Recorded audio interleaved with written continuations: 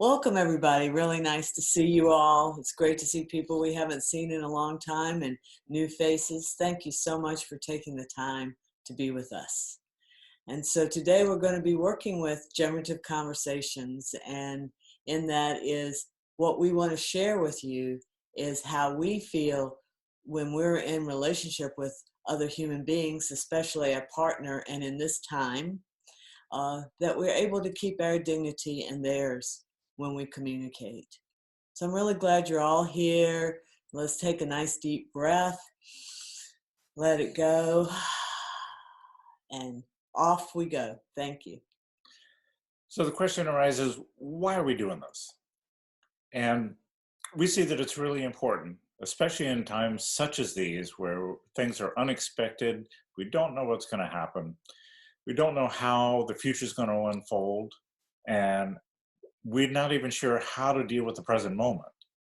That it becomes useful to look at, well, how do we have conversations? Especially in the times that we name this relationships in extreme times. The times are extreme. It's a little bit different than what any of us are used to. We haven't gone through this before. And the necessity for conversations, especially generative conversations, becomes more and more important. When I use the word generative, what I mean is that the conversations build things. When things are generative, they're uplifting. They generate certain capacities. And in this conversation, we're generating towards the positive.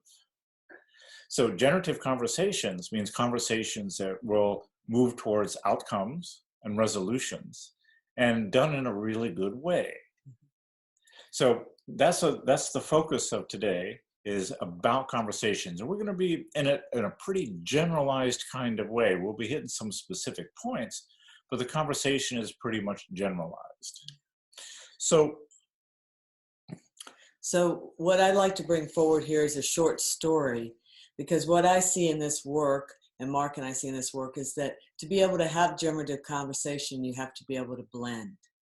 And so we have a wonderful teacher that comes from the Andes. He's not with us anymore, comes from the Andes, and he honored Mark and I both with the Yanantin ceremony, they call it, from the Quechua people in Peru. And this beautiful word, Yanantin, means the blend of masculine and feminine. And so this is what we want to do, whether it's within ourselves or with a partner, whatever it may be, we want to do a blend. And so the story goes like this. They have mantas that are sacred rugs. And he speaks about it this way. He says, when the man puts his manta down and lays down and looks up into the sky, he sees all his stars.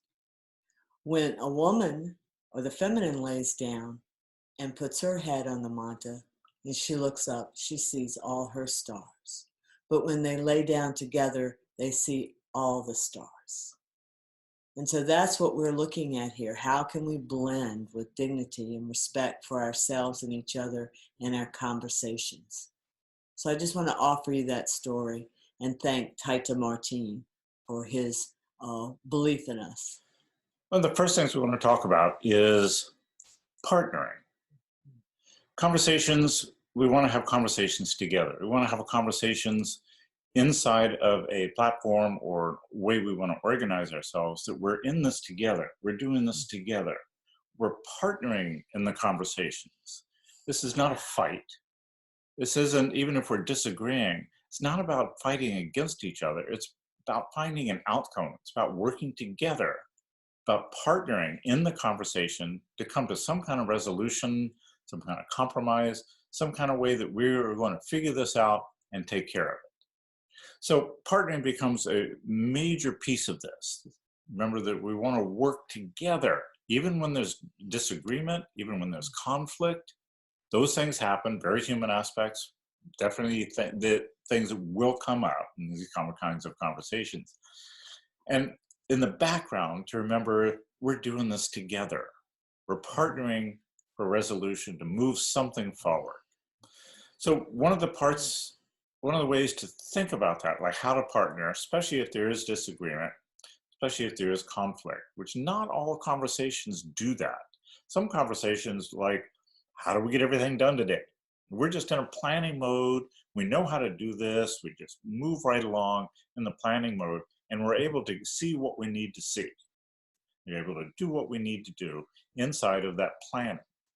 There's generally less breakdowns, generally less conflict, not necessarily, but very often. So not all conversations have a lot of energy to them or have a lot of emotions to them. And many conversations do. So this becomes a very important place to be able to manage myself, to be able to self-organize and keep bringing myself into the conversation in a really good way. Right now, during this time, we're in a place where we're probably together more than we've ever been together, because people go off to work, the kids are at school. I know some of you have children at home. All of this is vitally important for self-management, is you first. If you can manage yourself, then you're much more able to blend in a conversation, whether it's with your children or with your partner. It becomes one of the more important aspects of bringing ourselves together in a relationship is taking care of myself and being able to organize myself in a good way. Doesn't mean not being angry, doesn't mean not being frustrated or disappointed, doesn't mean not feeling guilty. But even inside of all those emotions, that I bring myself present, that I'm present for what is in the moment. And so to do that, there's a practice that we call centering, and that's coming back to the body. And so in this practice, we learn about length, width, and depth, and how we can take a stand, take our place in these conversations. So I'd like to show you this practice. Let's. Okay. All right, so shall we? So you may either stand up in this, or you can be seated.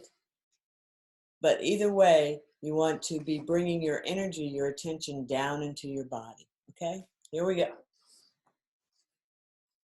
Great, super. Good, so first off, let's take a nice deep breath.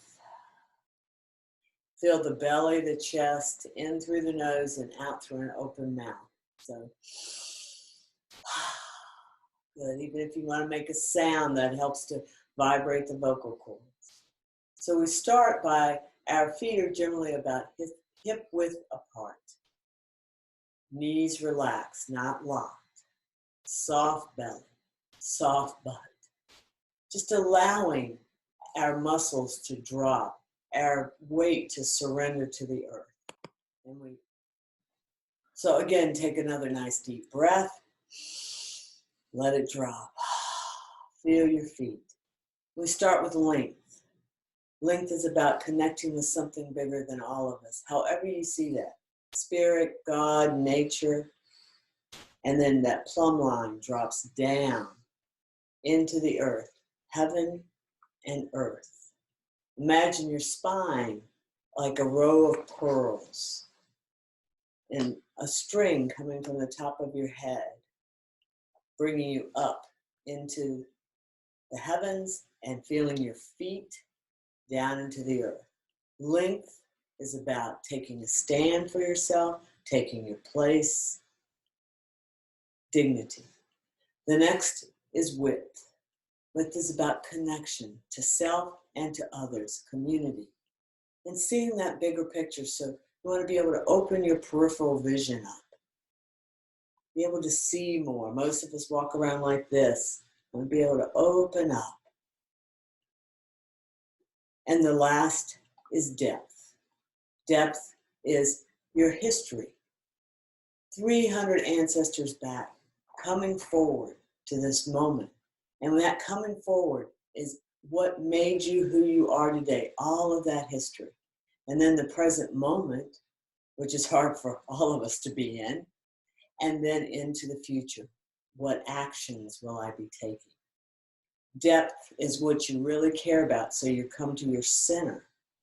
This is right below your belly button. You can put your hand there.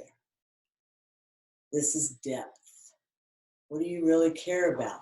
Do the words that come out of your mouth and your actions, Are they the same? So again, depth. Depth, width, length, centering. So imagine or feel that those muscles relaxing, letting your feet hold you. If you're on your heels, you're off center. If you're on the balls of your feet, you're off center. You want to drop down, letting the skeleton hold you up, not your muscles.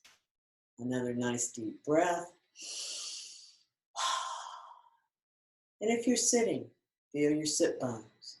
Notice if your back is aligned. Feel your feet on the floor. You can center standing, sitting, laying down. This is a wonderful practice to practice as often as you can. You keep coming back. Attention. Bringing that attention right here to your center, where all width, length, and depth meet. Down. And remember, drop it down into your feet. One of the things that I say is, where are your feet right now? Drop it down. As your off-screen narrator, let me suggest the challenge here for this call is to challenge yourself on staying centered throughout the whole call. If you notice you get off, you get concerned, your shape gets weird, it's like, come back to center. Bring yourself back. It's not about being centered all the time. It's about noticing when you're not and bringing yourself back. And recenter. So come on back, sit down, have a seat. Come back, line up to our call here. Yeah, good job on that, everybody. Yeah. And remember, even sitting, I can sit in my length. I can sit in my length. I can open my peripheral vision. Even though I'm looking here, I can still see her over here. I can feel my back. I can feel my front. Breath is dropped in my belly. So the practice of centering is seeing how much I can stay centered, but it's not about being centered all the time. The muscle to build is bring myself back. So good job on that. That is the main piece about self-managing, self-organizing. I think one of the most important parts about being in generative conversations is how I bring myself to the conversations. What am I bringing to the conversation? How am I in it? There's not much I can do about this person over here, but I can manage myself. And we will talk a bit later about what if the mood goes off in a conversation. Now, speaking of moods, human beings live in moods. There's never a time where we're not in some edge or huge or taken by our moods. Sometimes I can say, well, I'm content, or I'm happy, I'm even keeled. All those are moods. Tired is not a mood. But there's often that my mood overtakes me. And this is one of the places where centering can really serve. Yeah. We get our attention out of our head, put our attention into center, shift our shape. Moods have a shape. Feel resigned, feel angry. If I shift my shape, very often it can support shifting my mood. Yeah. So the shape of centering becomes a very important part of this, to be able to manage our mood and the whole conversation of self-managing when I bring myself to these conversations. All right. We're next going to look at our handout, the piece that we sent you, and I bring that up. Let's put it on the whole screen. So, generative conversations. Generative means uplifting. We're in a good place. We're going to bring them along. We're going to come to resolution. We're going to find an answer. And so things can then move to the next place. One of the things that we've noticed in working with many, many couples and relationships over time, there's a whole list of unfinished conversations or pending conversations, conversations that we know we need to have, or we've started and haven't finished, or one of us or both of us in the background is going, we really need to talk about X, Y, and Z. So the first thing to look at is like, well, what conversations are needed? So you can see that down here. What conversations are needed? What's missing? Is there disagreements, breakdowns that are happening? Might be planning, setting goals. There might be setting a vision for a relationship. Another thing we support couples on in relationships is we set a vision for the future. Not next week or next month or next year, but what's the 5-year vision? What's the 10-year vision? How do we want to retire? Where do we want to live? So visioning is one of the aspects of the conversations. Now, there's certain elements here that have become very, very important about conversations. Before you even start talking, you want to be clear, what are we talking about? What is it that is the content of this conversation? How do we define the conversation that we have? Are we agreed about what we're talking about? Right. Yeah. Because if we don't clearly define the conversation, then there's one conversation happening over here and there's another one happening over there. So first thing, define the conversation. Be clear about what is it that we're actually talking about. Another place where conversations will break down is the conversation will get off track, they'll diverge. In other words, we start about talking about this piece, and then something else shows up in the conversation, maybe another pending conversation or something we have about each other, and we're having a conversation and it suddenly takes a right turn and we're off topic now. When that happens, it's not bad or wrong, because those things will just happen. Conversations will provoke other kinds of conversations. So we'll just note that that's happening, and in that moment, it becomes useful to decide, are we going with this new thing that showed up, or are we going to stay on this conversation? It's a choice you can make. No right or wrong. Just know, again, what is it we're talking about? So staying on track becomes another important place to pay attention to. And both people, nobody's in charge here. Both people pay attention to that. And so if I notice it's happening, like we just took a left turn, it's like, I'm going to bring it up. It's like, wait a second. Did we just get off track? Do we want to do that right now? You can always plan for this other conversation another time. Remember, one of the more important things about generative conversations is we're moving it towards a resolution. Managing mood is really useful in the beginning. Having a conversation is like, let's talk about where we're going on vacation. Yeah. I'm pretty excited about this. I'm noticing at the start in this conversation, I'm really excited about this. So I'm in a mood of excitement to be in this conversation. How about you? Well, actually, I've got a lot on my plate right now. I'm feeling very anxious, and this really isn't the time for me to talk about vacation. So rather than forcing a conversation, check the mood. Are we in a good place with this? I may have something working me completely off topic where I'm going just like what you did, Madeline, is now's not a good time. Even if we plan this time, still might not be a good time. So check your mood. Even have a short mood check. Mood check is in 1 or 2 words. So let's do a mood check. Okay. How's your mood? Excited and a little anxious. I'm happy and curious. Mm-hmm. And then we have the conversation. So it's useful. Then I know that's where she is. And she goes, that's where he is. And I'm acknowledging myself and my mood as she is also. So we're off to a good start. And this is where the blend comes in. You're blending. It's not me or him or her. It's a blend.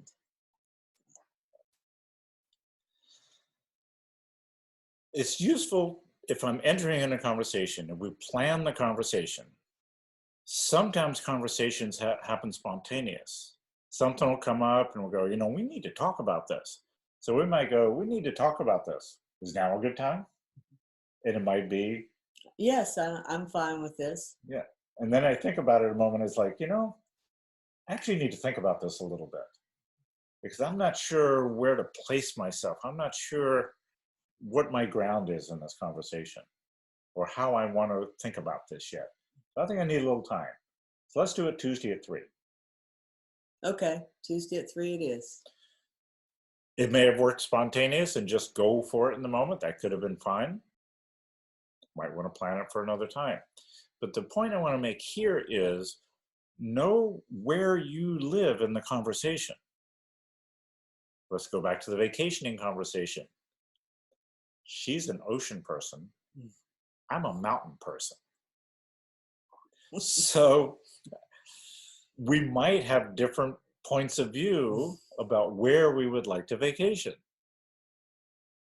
So I might go, we've been to the ocean 4 times. I'm thinking, this is my own thinking. Been to the ocean 4 times. Haven't been to the mountains for a while. So it's like, I have a strong stand to go to the mountains this time. And not so much on to the ocean. So I'm getting a sense of like, where am I in the conversation? So it's important to know, it's like, where's my stand? Where am I willing to compromise? What's my existing interpretation or viewpoint or assessment about what the outcome I'm looking for? So it becomes useful to have a sense of that. Some conversations is like, where do we want to go on vacation? It's kind of like, I'm open, whatever. And so we just start throwing things out and we just feel into it and we come to some kind of resolution. Other conversations like, how are we going to school our children?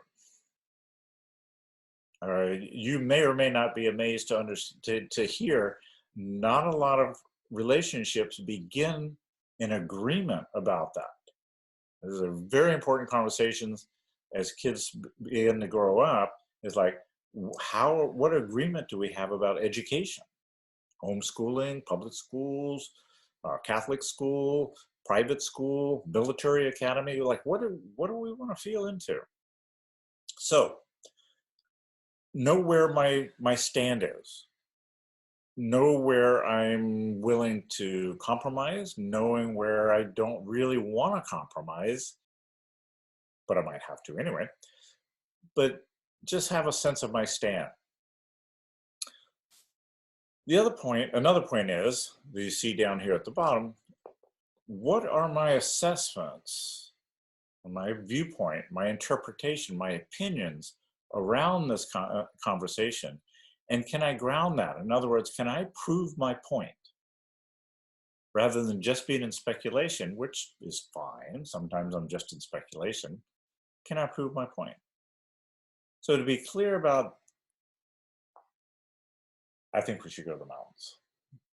And the reason I say that is it is absolutely the best time of year for the mountains because the weather is good. They're not going to get bad weather, et cetera, et cetera. So know what my grounding is around the assessments I might have to be in the conversation. All this is like, we're just starting the conversation now. Content around the conversations. So that speaks for itself. Like, what are we going to talk about? How are we going to move towards a resolution? One of the things that happens inside of these kinds of conversations is, how do we want to have the conversation? And inside of that, it becomes important to start to go into certain agreements about how do we want to be in our conversations? How do we do them? We've mentioned some of these things, such as agreeing when to have a conversation. So we may go, for us, spontaneous conversations rarely work. So let's always set a time for our conversations. Mm-hmm. Or we may go, spontaneous conversations, we do the best. Mm-hmm. So let's always try to do that. But the point is, we come to an agreement about it. It's not your way, it's not my way, it's our way. It's another place of partnering. Because if you keep giving yourself to the other person and allowing them to always hold the appropriate way, if you want to use that, then you start to build resentment. Yeah. And resentment, as I'm sure all of you know, can be a very damaging practice in relationship. Resentment is unresolved past actions. It's a mood that's developed because past actions are unresolved. So conversations is one of the ways we resolve past actions. We need to have a conversation about what I did yesterday. Mm-hmm. Maybe I need to apologize, or she has something she needs to bring forward about that. So we make agreements. It may be how to meet. I'm going to bring the paper back up again. It may be about when we have meetings. It could be what happens, and this is a very important point, what happens if the moods go off? Now, this could be just one person gets really triggered in the conversation, or maybe we both get really triggered in the conversation, is what do we do? What are we going to do when the moods go way off? There are positive moods and there are limiting moods. And we all live in moods like we've talked about before, how we're shaped, all of that. So first you want to notice, am I centered? Like what we ask, how are you doing right now? Are you centered? Or have you been off in your head or thinking, and so coming back. So before, when we start a conversation, we want to notice where are we in our bodies and what type of mood are we in.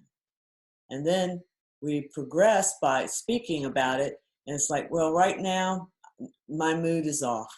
And I'm not sure if I can really hear you. Or, yeah, I'm ready. I'm really ready. So some of the best moods are curiosity, being empathic, in other words, empathy for the other. That's opening your heart, compassion. Limiting moods, resentment, anxiety, shame, being cynical, resigned. Those types of moods are not going to progress you forward in a conversation.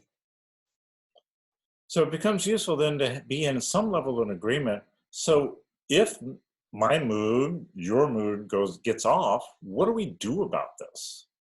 And there's a lot of different kinds of things to do. A reminder, this is not about neglecting or dismissing the mood I'm in. I may be disturbed by this conversation. I may get a little anxious about this conversation, but it's not so much as like throwing me way off, but it's okay to be a little anxious. I may be frustrated, and may be important for me to actually relay that frustration. As long as I don't get mean about it and I'm not dumping on my partner about it, showing a little frustration, it's revealing. It's like, this is important to me. Again, when we talk about dignity, keeping your dignity and the other person's dignity. Yeah. But it doesn't mean that you do not express your emotions. I can be very angry at Mark, and I can say, I'm really, really angry with you. That really hurt me. Versus, rah, and I call it frogs jumping out of my mouth at him. Yeah.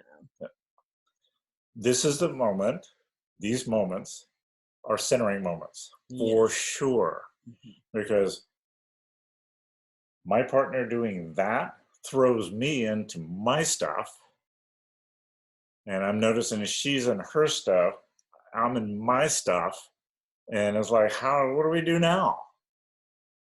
So agreements. One agreement is, so what do we do? If somebody's mood gets too far off, take a 5-minute break. Go get a cup of tea. We had one couple who we worked with, when they started to spiral out, they went and took a walk together. They didn't disengage. They took a walk, and that shifted everything. Enabled them to continue in the conversation. May want to take a break, 5 minutes, 10 minutes. It may be, I'm so far out there that I'm not going to be able to do this today. So no matter what I'm in, it's going to be important to still reschedule the next sitting down. Don't let that go. Remember, one of the things about partnering in conversations is to move it to resolution. Just because I get, whacked out doesn't mean the conversation is not important. Doesn't mean we can't revisit it. This is where the self-management becomes very, very important. I may get triggered. My partner might get triggered. Another possible agreement is, hon, I know this conversation coming up, I could get really triggered in it because it's important to me. And I know I have a lot of feelings about this.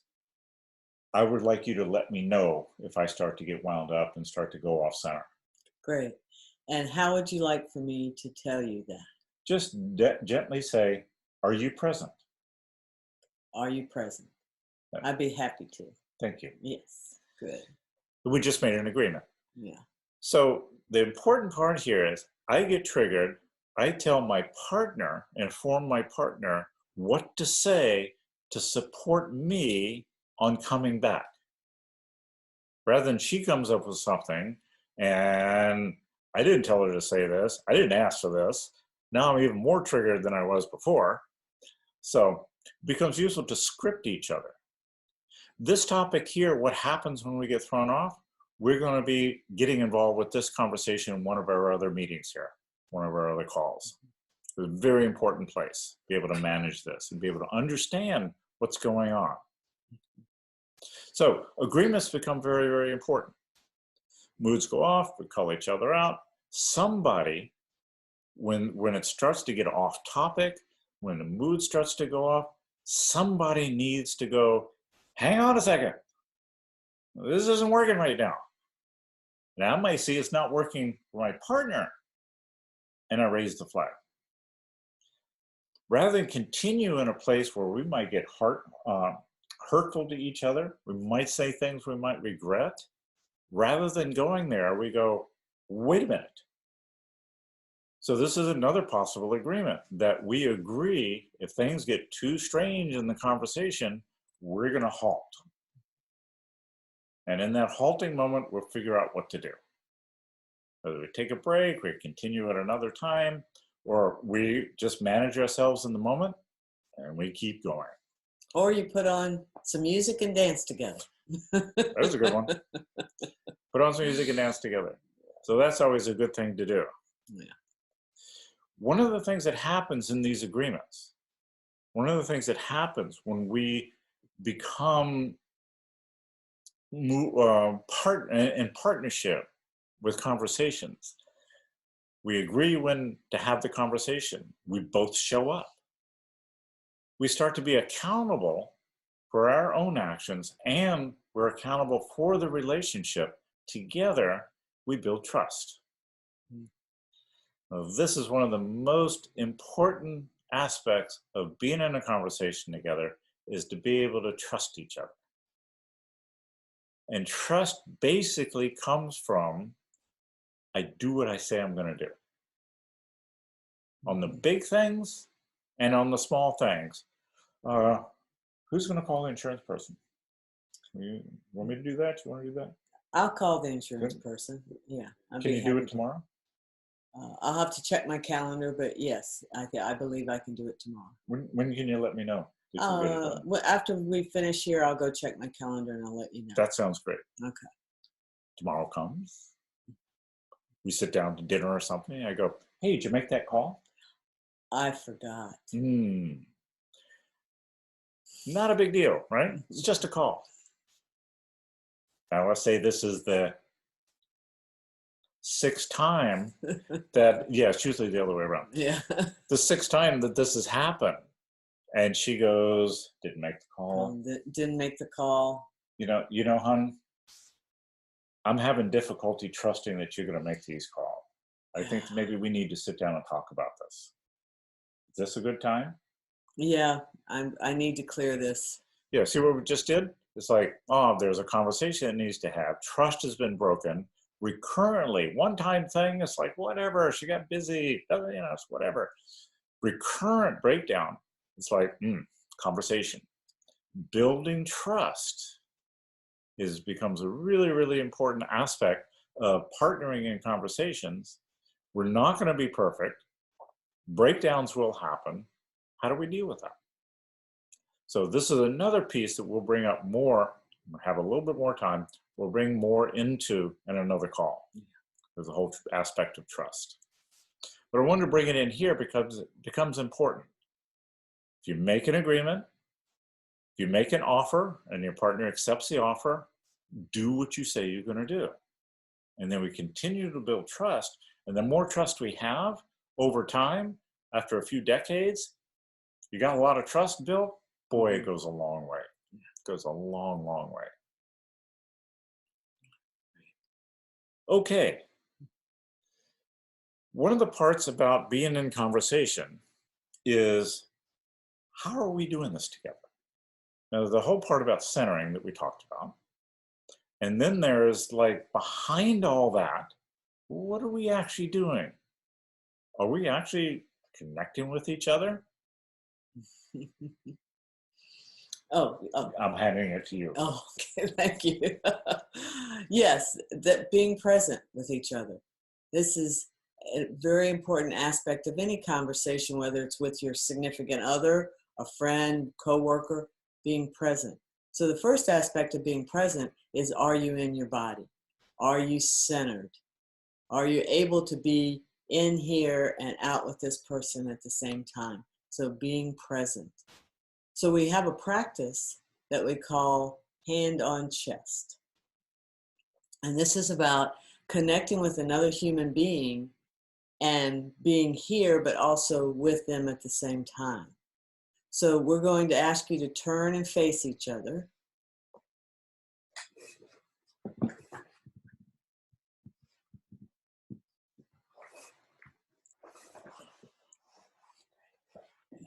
Thank you. See that beautiful coordination? Yeah.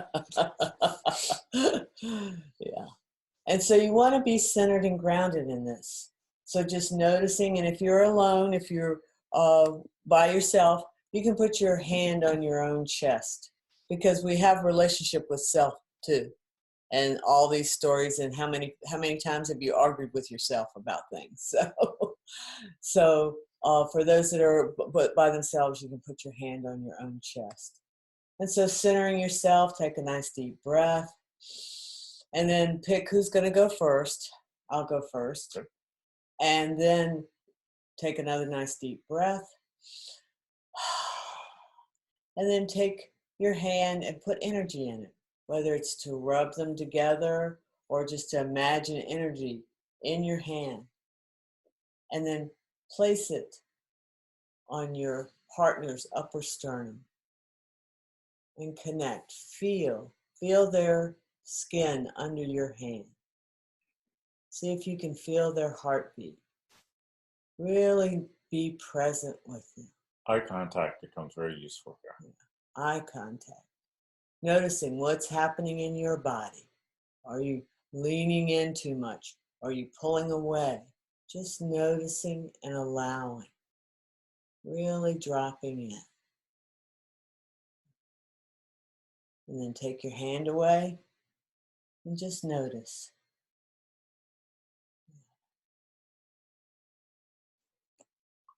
And so this next person, take a nice deep breath. Take a nice deep breath. And then with your hand, put energy into it. And then place it on your partner's upper sternum. And connect. Feel your body, eye-to-eye contact. How does that feel to really look into your partner's eyes? See if you feel their heartbeat, the skin under your hand. What's happening in your body?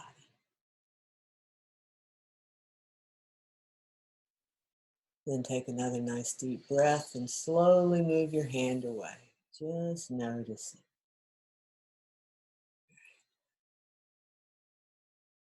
And now we're going to do it together. So another nice deep breath. Bringing your hand up, energy, and then placing it on your partner's upper sternum. So what we're doing here is we're connecting with each other. seeing each other, feeling each other in this moment, right here. We're present together. We're occupying this space together. And noticing what's happening in your body. What do you feel in their body with your hand on their sternum? Just noticing. And take a nice deep breath and slowly move your hand away. Thank you, partner. And then come back to facing. Partnering. Yes. It's a partnering practice.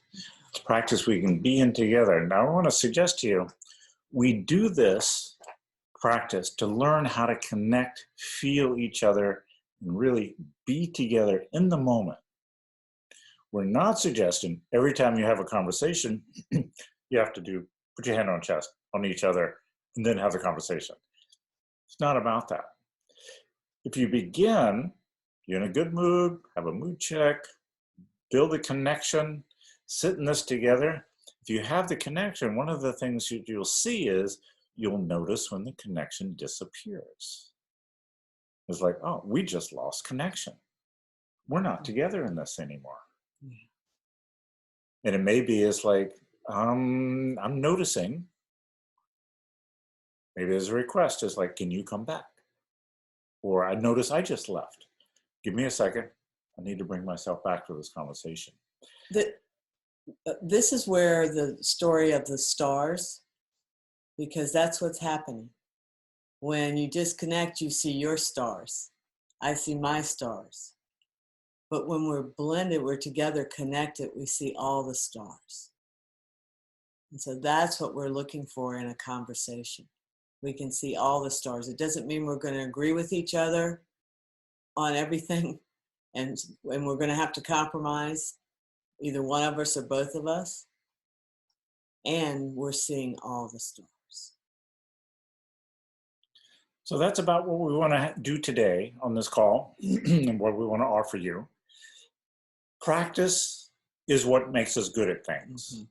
So remember to practice centering when you don't need it, so it's more and more available when you do. Practice connection. Every moment that you pass through time and space with your partner, just like they're going to this room, I'm going to this room, that moment, we can have a moment of connection. Builds intimacy. It keeps building something over time. Ask yourself, what am I practicing now? Am I practicing something that builds this generative aspect into our relationship or not? What's easy? What's hard? So to really start to understand what it is to be generative, to be partnering in a conversation, and lay down the ground rules, the agreements for being in a conversation. How are we going to do this? And have the conversations that are important, that move the relationship forward, and keep building the relationship. So over time, it gets better and better and better. And we don't end up being like roommates. We end up in even a more intimate, beautiful, connected relationship. You want to be able to look at your partner and see them as the beloved. I want to thank you for joining us on this call, joining us on this informative, hopefully informative conversation about relationships, about generative conversations. And we look forward to seeing you next time. Yeah. Take care, be safe, and I look forward to seeing you again real soon.